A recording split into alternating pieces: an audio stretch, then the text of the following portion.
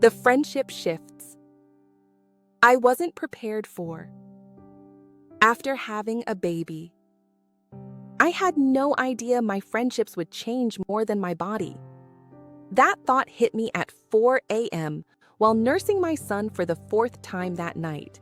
6 months into motherhood, and there I was, exhausted, transformed, and suddenly aware that something fundamental had shifted in my relationships that nobody had warned me about.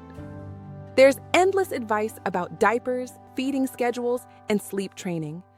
But nobody sits you down and says, "Hey, those friends you've had for 15 years? Everything's about to change." And not just in the obvious ways, like you'll be too tired for girls' night. I'm talking about deep, identity-shifting changes that reshape your entire social landscape. I remember the first time I felt it. My closest friend from college texted to share exciting news about her promotion. 3 days later, I realized I hadn't responded. Not because I didn't care, but because between the cluster feeding, the doctor's appointment, and desperately trying to shower, that text got buried under the mountain of my new reality. By the time I remembered, responding felt awkward. And just like that, a tiny crack formed in a friendship that once seemed unbreakable. A study in the Journal of Social and Personal Relationships found that new mothers lose approximately 3 to 5 close friendships in the first year after giving birth. I thought, that won't be me. Yet here I was, watching it happen in real time. The friendships generally fall into several categories, and recognizing them is the first step to navigating them. First, there's the vanishing act. These are friends who simply can't relate to your new life and slowly fade away. One day, you realize it's been 6 months since you've heard from them. The constant, "we should catch up soon" texts gradually stop coming. Then, there's what I call the time warp friends. Those who don't understand why you can't just do things exactly like before. "Just bring the baby," or "can't your partner watch them for a few hours?" they say, not realizing that a simple coffee date now requires military-level planning, 3 backup outfits, and the constant awareness that your entire schedule could implode with one missed nap. What surprised me most were the unexpected blossomings. Acquaintances who suddenly became lifelines. The colleague I barely spoke to who dropped off homemade meals without expectation of conversation. The neighbor who offered to hold the baby while I showered.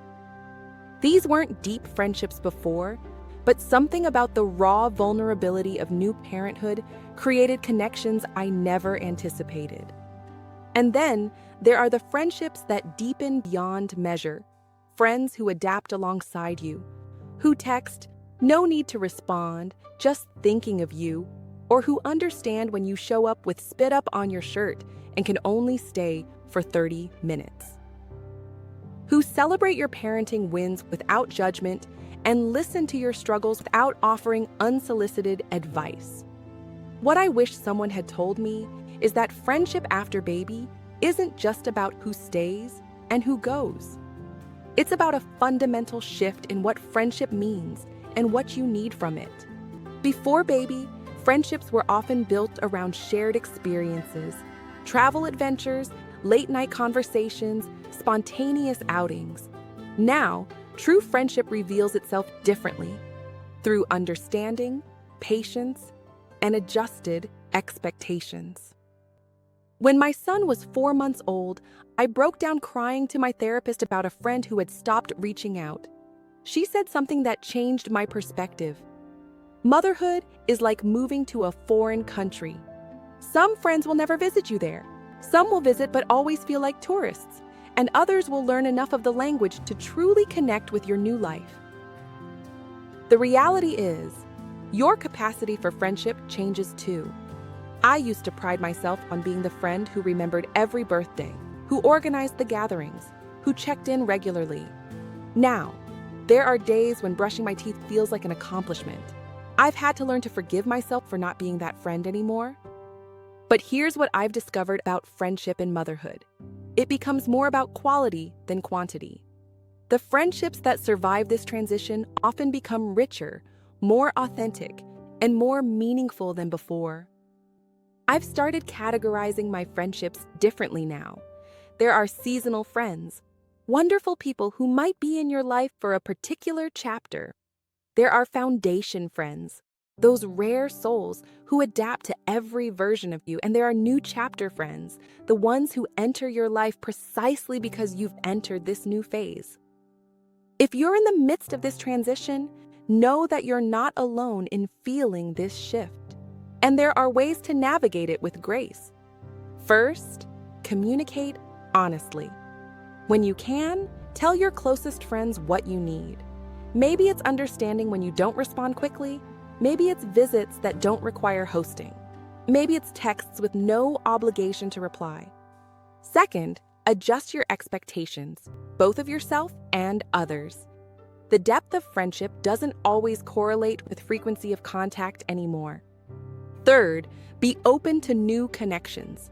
Some of my most supportive relationships now are with mothers I met at baby groups, people I initially had nothing in common with except the shared experience of parenthood. Fourth, preserve what matters. For the friendships you truly value, find small ways to maintain connection. A voice note sent during a feeding session, a quick text during nap time. These small touch points can bridge the gap until you have more capacity. Lastly, remember that this is a phase. Your capacity for friendship will expand again as your child grows. The nature of your relationships will continue to evolve, but you will find a new rhythm. The friendships that matter most find a way to grow alongside you.